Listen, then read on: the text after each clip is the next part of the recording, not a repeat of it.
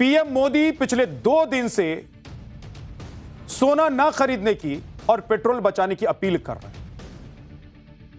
एक तरफ मोदी की अपील का जमीन पर असर होने लगा है, तो दूसरी तरफ पेट्रोलियम मंत्री हरदीप पुरी ने आज देश को भरोसा दिया कि देश में डीजल पेट्रोल की कोई कमी नहीं। पेट्रोलियम मंत्री ने और क्या क्या कहा उसे सुन लीजिए, फिर आगे की बात आपको बताऊं। No problem on the supply management side, no shortage of anywhere. And I'm going to conclude this by saying we have 60 days of crude, which is the maximum we need. We have 60 days of LNG and we have 45 days of LPG. So there's no problem on the supply side. अब सवाल उठता है कि diesel petrol का stock है, तो फिर क्यों पीएम डीजल पेट्रोल की खपत कम करने की अपील कर रहे हैं? भाई लोग पूछेंगे ना कि एक तरफ प्रधानमंत्री देश को कह रहे हैं कि कम डीजल और पेट्रोल खरीदिए, बचाइए, और पेट्रोलियम मंत्री कह रहे हैं कि भाई कोई दिक्कत नहीं है। तो शायद पीएम मोदी ऐसा विदेशी मुद्रा भंडार को बचाए रखने के लिए कर रहे हैं, ताकि संकट के वक्त में विदेशों से इंपोर्ट करने में अमेरिकी डॉलर की कमी ना हो जाए। तो क्या भारत का विदेशी मुद्रा भंडार तेजी से गिर रहा है? इसके बारे में आगे आपको बताने वाला हूं। लेकिन पहले देखिए कि भारत के पास गोल्ड रिजर्व कितना है।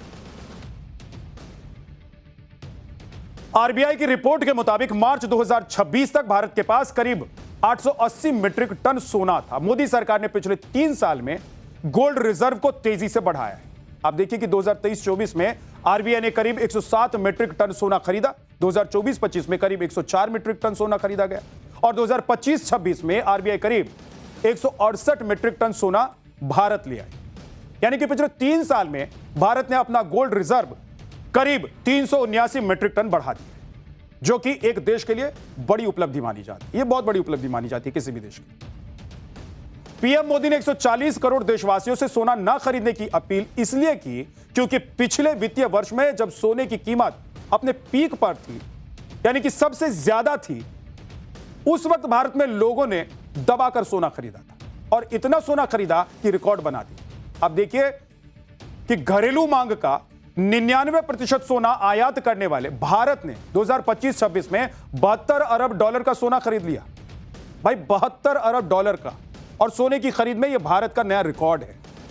हालांकि इस साल जनवरी में जब सोना अपने ऑल टाइम हाई रेट पर था, तब लोगों ने ज्वेलरी शोरूम जाना कम कर दिया। इसीलिए पिछले 4 महीने में सोने की डिमांड लगातार कम हुई।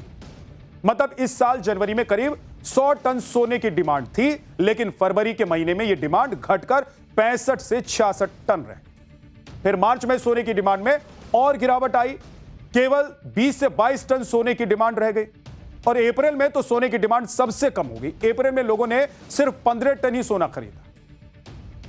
इसको ऐसे भी समझिए कि पहले जहां लोग 70 से 80 हजार में 10 ग्राम सोना खरीद रहे थे, उसी 10 ग्राम सोने के लिए लोगों को अब 1.5 लाख रुपए खर्च करने पड़ रहे हैं। इसीलिए मिडिल क्लास ने तो सोने से पहले ही दूरी बना ली, तौबा कर लिया कि भाई पहले सोना खरीदेंगे कि पहले घर का राशन लेकर आए, बच्चों को पढ़ाएंगे कि पहले सोना लेकर आए, क्योंकि सोना अब उनकी रेंज के बाहर निकल गया।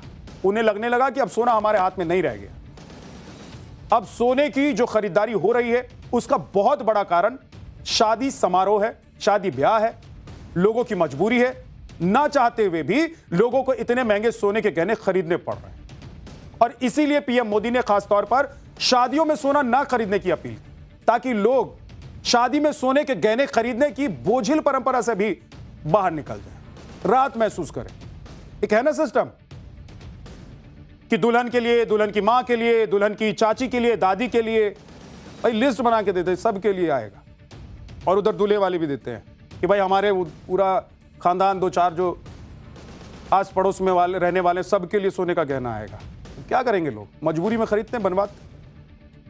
तो पीएम मोदी बार बार अपील कर रहे हैं कि विदेशी मुद्रा भंडार को बचाने के लिए सोने से दूरी बनानी होगी। पीएम मोदी को यह अपील क्यों करनी पड़ रही है, यह आप भारत के घटते फॉरेन एक्सचेंज रिजर्व को देखकर समझ सकते हैं। आप देखिए कि इस साल फरवरी में देश का विदेशी मुद्रा भंडार अपने ऑल टाइम हाई पर था।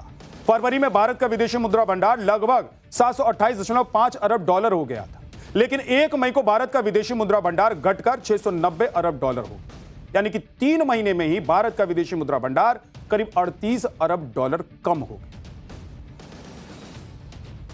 परसों मोदी ने अपील की और कल इसका असर शेयर मार्केट में भी देखने को मिल गया। ज्वेलरी कंपनियों के शेयरों में तो जैसे भूचाल आ गया।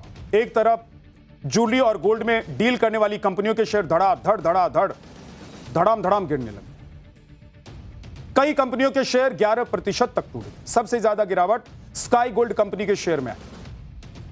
कल्याण ज्वेलर्स के शेयर में 8% से ज्यादा की गिरावट दर्ज की गई। पीसी ज्वेलर के शेयर में 5% से ज्यादा गिरावट और स्काई गोल्ड के शेयर में तो 12% से ज्यादा की गिरावट दर्ज की।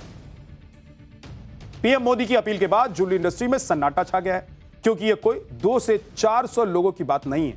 50 लाख ज्वेलरी कामगारों की रोजी रोटी का भी सवाल है। भारत की जीडीपी में सोना और हीरा व्यापार का योगदान 7% का है। इसीलिए एक तरफ सोना न खरीदने से विदेशी मुद्रा भंडार तो बचेगा, लेकिन कहीं ज्वेलरी इंडस्ट्री और उससे जुड़े लोग बर्बाद ना हो।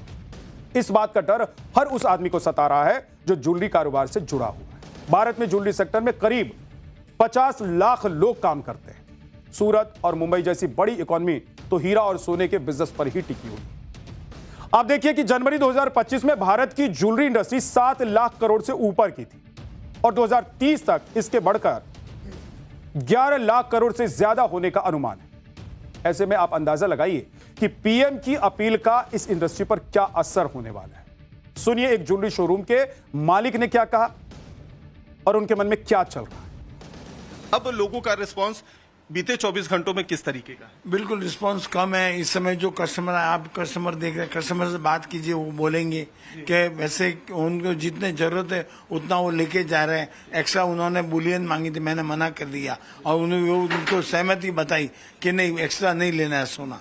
कहीं ना कहीं जाके देश का हित होगा, देश का फायदा होगा, ये सोचना हमको भी जरूर है। हम आम नागरिक है, लेकिन हम भी सोचेंगे अगर देश का हित तो पूरा हिंदुस्तान की कितनी आबादी, सब हर कोई सोचेगा और देश का हित होगा। सर मुंबई में ज्वेलरी बिजनेस से लाखों लोगों का घर चलता है। ऐसे में जब ज्वेलरी की बिक्री नहीं होगी तो डिमांड घट जाएगी। तब ज्वेलरी कारखानों में काम करने वाले कारीगरों से लेकर ज्वेलरी शोरूम में काम करने वाले सेल्समैन सब के सब परेशान हो जाएंगे। सबके सामने रोजी रोटी का संकट खड़ा हो जाएगा, क्योंकि डिमांड घटेगी तो ज्वेलरी इंडस्ट्री में छटनी होगी और बहुत लोगों का रोजगार भी छिन जाएगा। महाराष्ट्र सर्राफा महामंडल के अध्यक्ष को क्या डर सता रहा है, एक बार सुनिए। कल न्यूज आई हुई है टीवी में। वो न्यूज आने से पूरे ऑल इंडिया में सब ज्वेलर्स के बहुत हड़कंप मच गया हुआ है। इतना तकलीफ हो गई क्या हर जगह से, मैं तो केवल महाराष्ट्र के लिए बात करूंगा, महाराष्ट्र में सभी डिस्ट्रिक्ट से हर जगह से फोन आ रहा है क्या ये जो निर्णय लिया मोदी जी ने एक प्रकार से पूरा गलत है।